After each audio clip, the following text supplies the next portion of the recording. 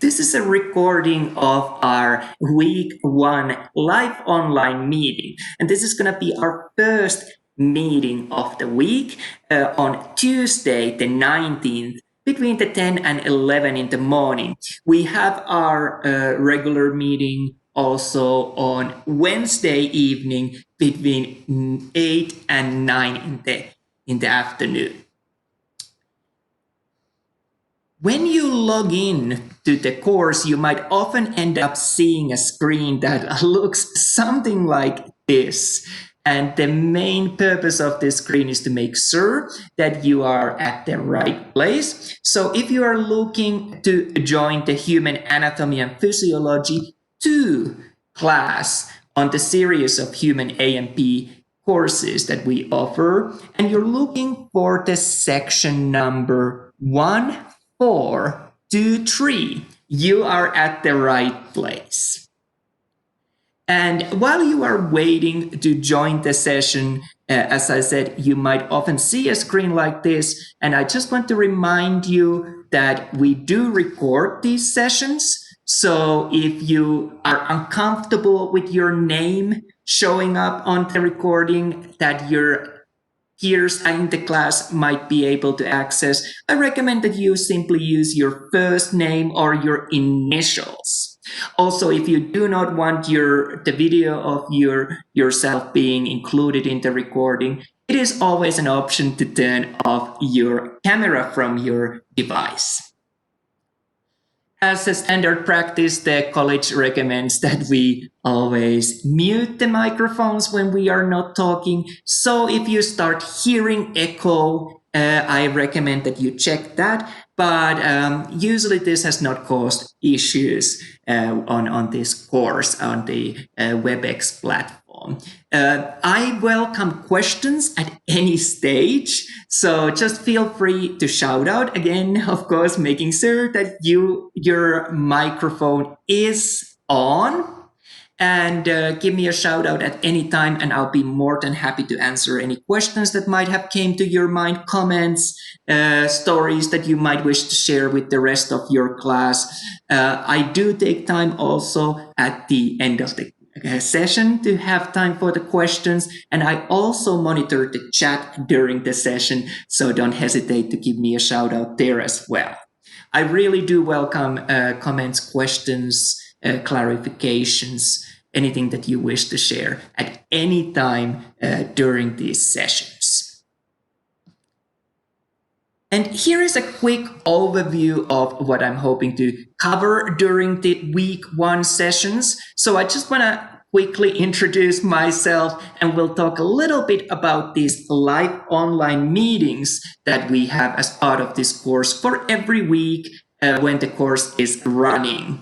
I have also included just a tiny section about how to prepare for the success in this class, what we will be covering as part of this course. And every week I try to dig into the current week's module, cover the assignments with you, have a good idea, anything that's out of the traditional way how we approach the course material. I also want to give a quick shout out to our tutoring services, which now that we are living in the era of pandemic, are offered remotely. And of course, we'll have a little bit of time for the questions, as I said. So my name is Sam Rauhalami. I go simply by Sam, which is probably the easiest for everyone. And if you do need to get hold of me, I really encourage you to use the Canvas messaging system. So on Canvas, you can send me direct messages. I respond to those typically the quickest. I try to monitor it on daily basis with the exceptions of the weekends and holidays. If for some reason the Canvas would be down or not responding, that happens rarely, but that does happen. You can always send me also email to the college's email address, which is listed there on the screen. That stands for SAM2266576 at cgc.edu. Since we are living this era where we are not in our typical offices, I do offer still office hours, but these are by appointment, so don't hesitate to say that you would like to have a quick chat with me, and I will make the time for you, making sure that it works with your schedules. And on the icebreaker activity for this week, I asked you to tell me a little bit about yourself and shared a little bit about yourself also with the rest of the class. And I would have felt that that's a rather unfair question unless I share a little bit of who I am in return. So what I wanted to do was to give you a quick overview. How did I end up delivering this class for you? So my background in a medical field is really in the area of cardiac MR imaging sequences and developing those. I have worked quite a lot with finding novel ways of taking pictures of the heart. And what I enjoy of this challenge is the fact that to use MRI scanner, and especially of these novel sequences, it takes about somewhere between 2 to 3 seconds to acquire that image. But of course, we know that heart doesn't stop still for 2 to 3 seconds unless it's not working, which wouldn't be a problem as well. So my interest has been, how can we acquire these images of a heart while it's constantly moving, while the scanner still needs a still stationary structure for all this time? And we have gotten a pretty clever ways around that. And MR offers some of the best approaches in my mind for imaging soft tissues in the living human body.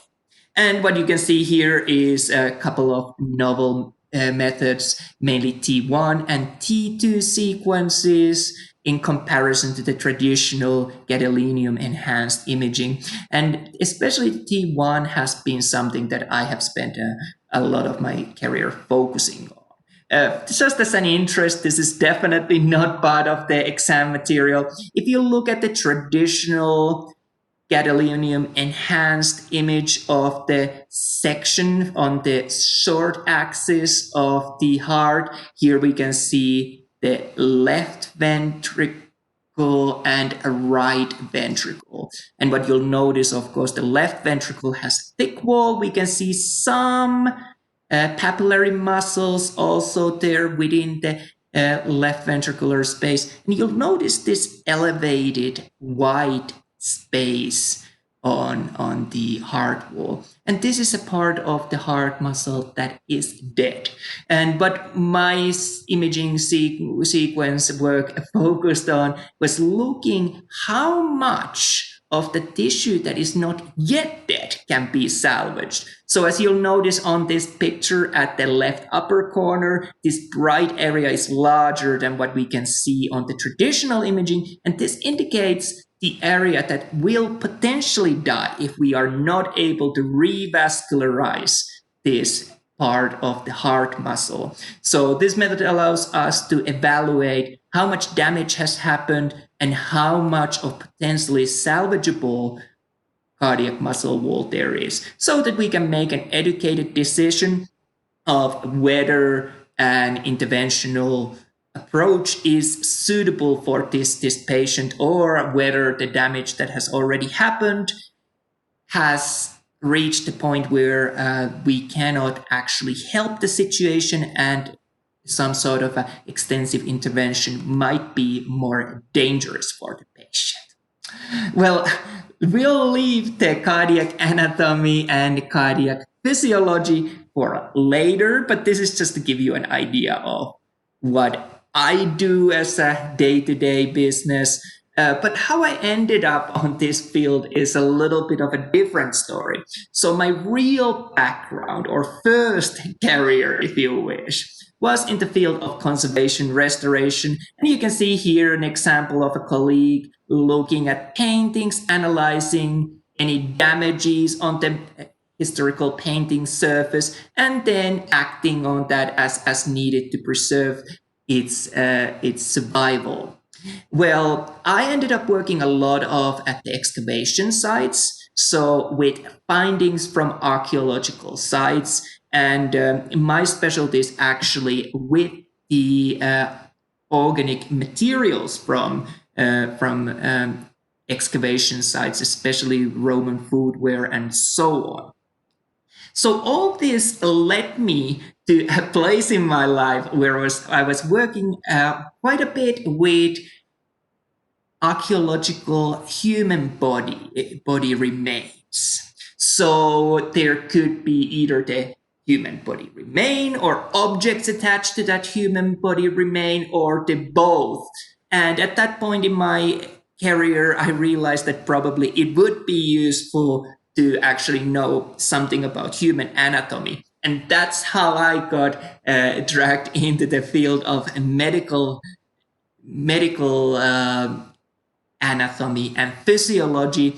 And soon enough, I also started asking questions about the fact that if we are looking at these archaeological human remains, really cutting into them and opening them to have a look what's inside would be problematic. Let's think for an example of an Egyptian mummy. Once you unwrap that, you cannot really put it together for it to be the same as it was before that. So for that reason, I got interested in how are we able to look inside these remains without interfering with them. And that led me to the medical imaging field, which I talked about just in the previous slide. So I think that the moral of the story and the message that I'm trying to convey is that there's no right or wrong way for your career. Most often at this day and age, not a single person goes into a job and stays in that job until they retire. If that happens, I'm very glad for you. But these days, people seem to be kind of moving around and adapting to situations. So I wanted to share a story of myself to show you that be open, let life lead you where it leads, and pursue whatever your dreams and interests are. Sometimes it takes a detour to get to where you want to be. So here I have one more slide just showing a little bit about that imaging method that I've spent a lot of my time. I'm very interested with cardiac MR imaging, in which we are actually using the hydrogen atoms within the body tissues to look at the composition and magnetic properties of various tissues in the body. And this allows us to look at especially the soft tissues to understand their characteristics.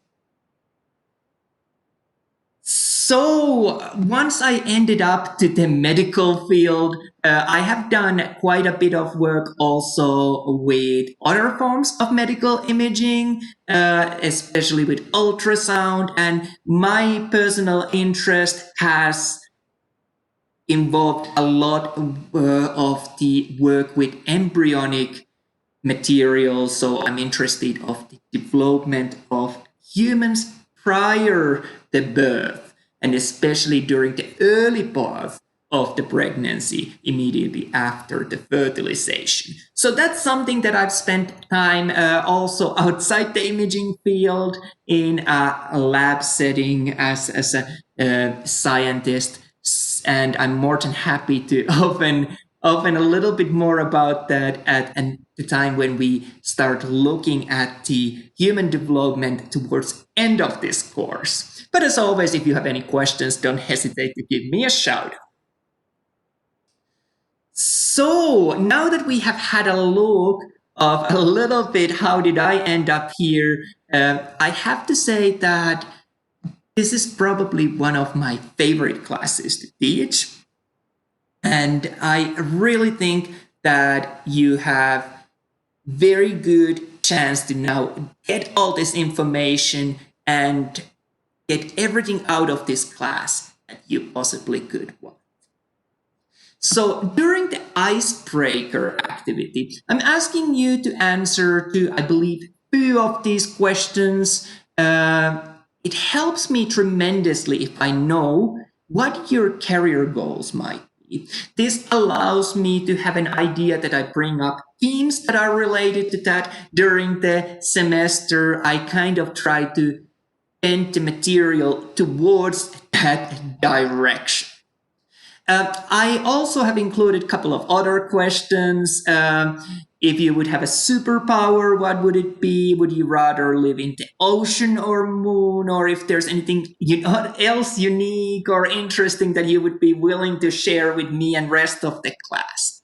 Really, if you are able to tell me if you have some sort of a specific goals for this course, you need to reach a certain grade. That is also always a great help for me, because then I know to push you to make sure that you get that grade. And if for some reason you weren't on the track for that grade, I will guide you and make sure that we get you to reach that. If you are simply looking to get a pass from this course, I will still keep pushing you, but I will also not bully you quite hard enough or harder than it needs to be, if that's simply only goal that you have for this course. So typically on a typical week, and I believe that this is almost without an exception of this week, we always meet on Wednesdays. And we have two meeting times. One meeting time in the morning, starting at 10 o'clock, and another meeting time in the evening, starting at 8 p.m. And these sessions are the exact same sessions. So you do not need to attend to both of those. Of course, you are welcome. And if you are not able to attend either one, that's also completely fine. These recordings are to give you a chance to check what happened in these sessions. The only exception from that is, of course, as I said, this week. During this week, I had to move the morning session already to Tuesday, which is the first day of the course. I think it's a nice way to start the course, start the semester, but also for the fact that I do actually have an other medical appointment on the Wednesday morning. So for that reason, we saw the morning session on Tuesday for the week one, but for the following weeks and for this week's afternoon meeting, we always meet on Wednesdays. So how does this online meeting format work?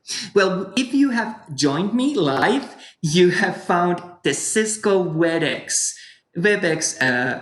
platform. And probably the easiest way how I have heard from the past that most students have find it convenient to access these is by using the link that you will find in calendar on the canvas for accessing each online meeting. I usually try to open them a little before the start of the session, but if you are not able to make it right for that time, just join in anyways. Sometimes I might get pushed and I open it exactly at the hour, but normally I try to be here available a little early. Of course, like I said, these sessions are recorded, so by no means are you required to attend these. The material that's covered on these sessions is kind of a review of the key points of the chapter material. I also try to give a little bit of help with the assignments if there's anything that's worth of noticing especially. And this is also a chance to have that live question answer interaction between us. Of course, I will help with any of these and all of these also outside these sessions. So just drop me a message on the canvas and I will either answer in writing or we can schedule a meeting as an office hour at your convenience. So all you have to do is reach out to me. I already mentioned about if you join these meetings and feel uncomfortable with having your full name shown to the rest of the class, use initials, use the first name. If you don't want to share your picture, don't feel that you are required to have the camera on. Of course, it's a nice thing for us to see each other, but that's not something that's required. And all of these, like I said, will be available as a recording, usually fairly soon during the same day after the meeting has taken place. So what I'd like to do and what's important for me is to start the semester by giving the same commitment to you guys as I give to every single other class that I give. So I will make sure that I am respectful of your time. So these sessions usually don't overrun unless there's a lot of questions or unless there's something that you are particularly interested. I'm happy to stay overtime, but you are not required.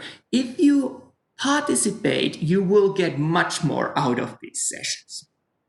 I want to hear what you are interested. I want to hear what works for you, what doesn't work for you, preferably as soon as there's something that you do want to share rather than waiting to the end of the semester. And because we will be working together for the entire semester, I do want to know you.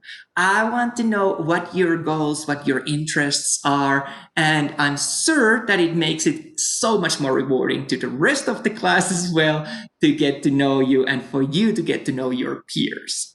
So if you are committed to getting a certain grade, I can promise that I will push you to get that grade.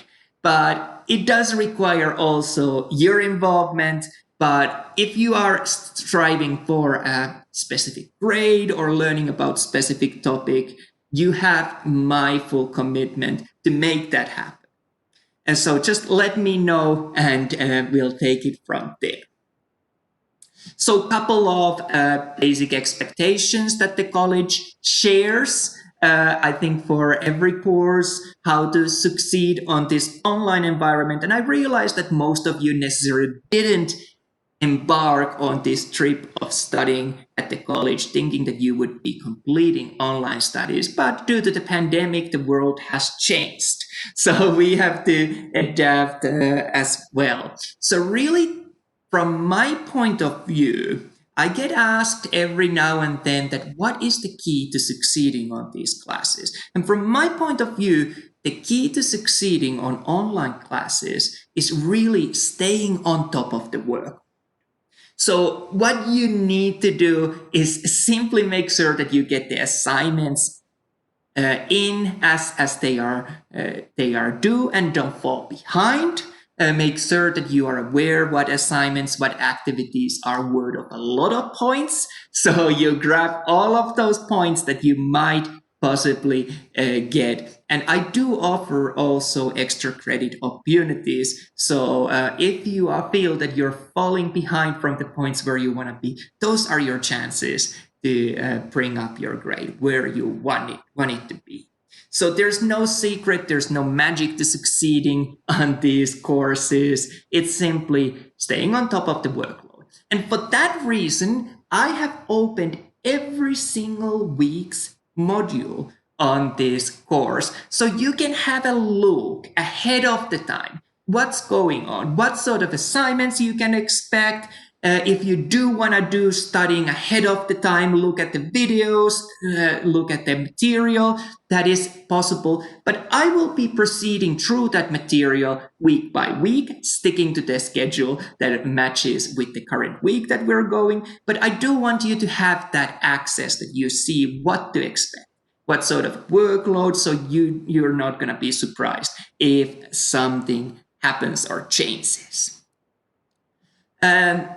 really how to prepare for these classes. We all have different learning styles. Some students prefer to take notes. Some students prefer to have notes in front of them and feel them. Some prefer simply to listen. Some are visual. So I'm trying to hit as many of those learning styles as possible during these sessions. Sometimes, especially when we are looking at activities and homework, and if that homework is a little different from what you would normally do, I might be referring you to pull up different parts of the Canvas course. So it might be useful to have that open on the background as well. The chat window is there for you for immediate interaction in writing. And like I said, you are so welcome to shout out at any time during these sessions. Just turn on your mic and let me know. Really, other than that, find your learning style. If you are uncertain about those, I'd be happy to guide you. Same, I believe, for our learning support center. We will get you to find the way you learn the best. So just a quick overview of what we will be covering as part of this semester. We'll start probably something that I think personally is one of the hardest chapters in human anatomy and physiology. And this is not to worry you or freak you out. I just want to be honest and transparent. So the first chapter that we'll focus on will be all about endocrine system. An endocrine system, which we will be looking during week 2, is of course all about hormones, production of hormones, how hormones act, and so on. And the reason why I think that this is a challenging chapter often is that to fully understand the hormonal activities, you kind of need to be aware of what all other systems do, so you can understand how that hormone affects that system. But of course, we have these all other systems yet to cover before we are looking before covering those, the endocrine system. Well, this is because to understand these other systems, you need to have a basic understanding of the endocrine system. So it's a little bit of a catch-22. So especially on this chapter that we'll be looking during week 2, do not feel overwhelmed if you feel that there's little parts that quite don't click or align or make sense. This is probably because we will get to it later on. So do not let that freak you out. Then for the large part of this course, we will be looking at the cardiovascular system. So we'll have a look of the blood, which is the liquid, if you wish, traveling in this system, the transport media. We'll have a look of the heart. Again, on this analog, you can consider it as the pump that pumps this liquid in this system ahead. And of course, the blood vessels, which is this closed tubing that contains the blood within it. And in human body, we have a closed loop system where the blood progresses only to one way and one way only. So that will be the next 3 weeks that we'll have a look of after the endocrine system. Following that, we'll pay attention to the lymphatic and immune system. And both of these are especially important and something that has gotten a lot more attention with this global pandemic. So we'll explore that a little. However, again, I think that especially immune system is a system that I have colleagues, friends from university who have spent their entire career looking for that. And even after 4 or 5 years at the university, they say that they simply have a basic idea of how immunity and immune system works. So I am not expecting you to become masters of all areas of these, but we will cover the basics so you have a good general understanding. Following this, we will move to one more chapter which is going to be the respiratory system. So we look at how we get oxygen into the body and how we transport or how we get rid of carbon dioxide from the body. And the transportation media for this respiratory system is, of course, going to be the blood. So we're starting to see these overlaps between these systems. And same went, of course, for the lymphatic system. With the lymphatic system in particular, we end up finding that actually some of the blood does leak out from this closed loop system. So whatever leaks out, it's not going to be full blood content. It's going to be the plasma content of the blood that turns into lymph. So there are overlaps of these areas.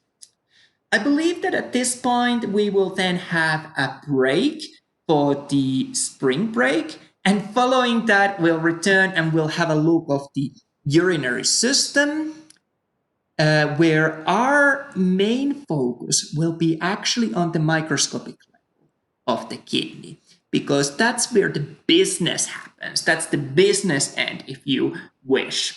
And we'll see how urine is produced, what's the function of urinary system. And often I hear students saying that, oh, it's simply to remove unwanted materials from the body. That does play a role, but urinary system has also a significant role in regulating the blood pressure. So we're starting to see these overlaps of the systems there as well. Urinary system also allows us to get rid of extra hydrogen that we are left as a process of cellular respiration and that our respiratory system is not able to get rid of. So urinary system steps in there as well. After this chapter, we will then move on to discuss a little bit about the digestive system. We'll have a look of the general parts of the digestive tract and the accessory organs that contributed. And really, the digestive system is what gives us the energy, the resources for the body to do all the functions that it needs to. But we have this interaction with also needing oxygen for the cellular respiration, having to remove the waste products of the cellular respiration. So we're ending up again seeing these overlaps. And the final topic on this course to which we will be focusing is going to be the reproductive systems. And we'll have a look of the male and female reproductive systems. We'll have a look of some of the similarities, some of the differences, and a little bit of the development during the prenatal development and throughout the lifetime. And this is all that we will be covering during this semester. And as you see, I think that the endocrine system is a weird one there. It's kind of overlapping everything else since it has a role on everything else. Yet, to really appreciate it, you need to know every other system first. When I cover material, and this is a quite typical way of covering material here in America, I often like to remind students that what we're seeing here is a systemic approach to studying human body. So we take one system at a time and look at how it works, what are the parts that make it up, and how it connects to the other systems. And this seems to be in America the most common way to tackle the covering the entire human body. So on BIO201, you already covered all other systems that we will not be covering as part of this course. This is not the only way to study, though. And I think that this approach has definite strengths. This approach allows us to really cover everything about one system, looking at its role throughout the entire human. But for example, this is not the way I was trained. I was trained with a regional approach to the study of the human anatomy and physiology. So rather than looking at one system, we looked at one region of the body and studied everything about that region, considering every system and connections between these systems. So, for example, for the first year and a half, at the university, I simply focused on the head and neck of the human body to cover everything that's there. And there will be relevant parts to pretty much all systems in there, with the exception of a few. But so that's another way to approach it. I'm not saying that one system is better than another or one approach is better than another, but we will make this work and we will use this approach on this course. Just something to bear in mind that there are different approaches. So what I'm asking you to do for this week's module, I really encourage you to take a time and read the syllabus, have a look how your grade is formulated, how many points are different activities worth, and as part of the syllabus, you also have a breakdown of all the activities for each week that you're supposed to do. That works as a great roadmap if you want to have an idea how much workload you can expect on a weekly basis. Of course, I do want to give a shout out that at this point that I do reserve the right. There might be changes to the syllabus, there might be changes to the content, there might be changes to the schedule based on various factors. We saw last spring, for example, with this transition from face-to-face classes to online classes, we needed to juggle things around a little bit. I'm not expecting big changes, but we do reserve the right to do those. I also have mentioned the icebreaker discussion. This is simply to get to know each other, for me to know you a little bit, for your peers to know you a little bit, but it does serve another purpose. This introduces you to the discussion forums, so I would like to see that you're capable of navigating the discussion forums and you feel comfortable using those, because these discussion forums will be one more route how you can ask questions as part of this class. So I have a discussion forum for, I believe, for every topic that we'll be covering. If you have questions and you quite don't feel that it's something that you want to ask in a live online session or send a message to me, you can also post it to that discussion forum and I will try to answer there. You can also answer to your peers' comments, questions on the discussion forums. It can be a place where you share useful links, useful material, observations, mnemonics, and so on and so on. So this discussion forum is an activity that I really would encourage you to do. It does not carry points towards your final grade. The activity that carries points towards your final grade is going to be the syllabus quiz. So syllabus quiz is just there to check that you have had a chance to look at the syllabus, you have a grasp of the main points of the syllabus. And I'm asking you to complete this activity by the end of the week. So by the end of the Sunday, so the day of Sunday, if you can please make sure that you have completed prior midnight the syllabus quiz, so you get the points for this activity. Also, this is a week when you have a great chance to make sure that you do have the Connect access code. We will be using Connect to do a lot of the homework components, a lot of the lab material, and so on. So if you have any issues either acquiring that Connect access code or getting it to work, well, this week is a great time to get into that and get that sorted. I also would encourage you, if you have any issues, do not hesitate to contact me, especially regarding Connect. Sometimes it can seem a little bit of challenging, so this week is a good time to get all of those sorted out.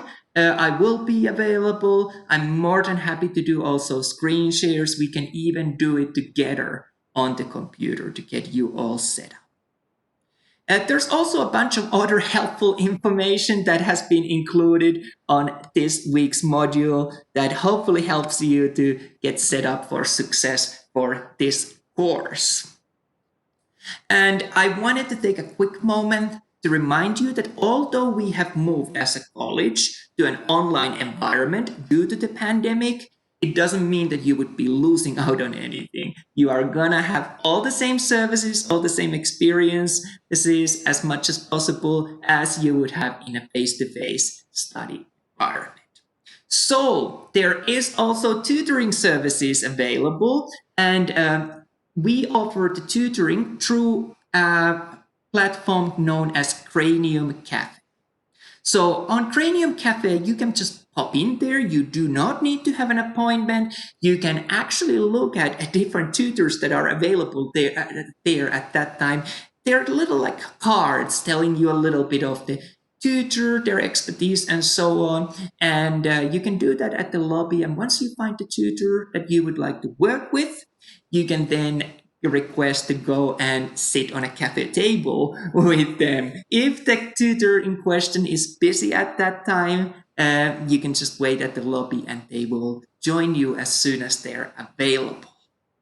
So I really encourage you to use the tutoring services if you feel that that's something that could assist you. I do want to say as well that I am here available for you. I'm more than happy to take the time to go through material if there's any parts that you feel that you didn't quite catch or that you feel that are tricky. So all you have to do is let me know. We'll find a time and I'll make myself available to also cover those materials with you. And this is time where I open up the floor normally for the questions.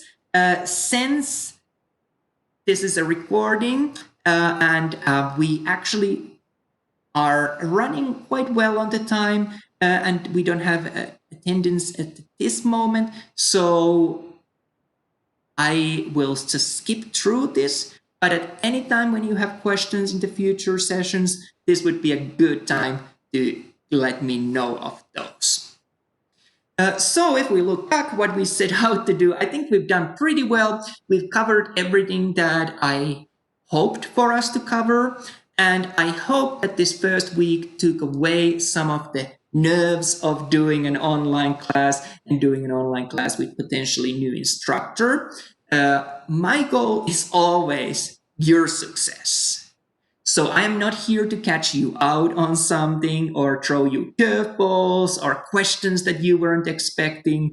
I'm very transparent and very open of how my exams are formulated. So I really, really, really do encourage you to just enjoy this class. That's most important for me, that you get something out of this class, that you enjoy doing it. You hopefully will see why I love the field of anatomy and physiology, and you find your own reasons for enjoying that field.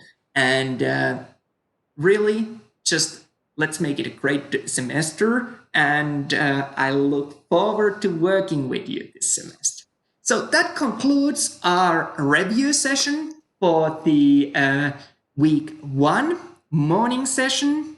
And if you would like to join me on the evening session, that's going to run on Wednesday from 8 to 9 p.m. And of course, recordings of these sessions will be made available also on your Canvas course under the relevant weekly module. Thank you for joining me. I hope you have a very good rest of the day, very good week, and we're going to make it a great semester.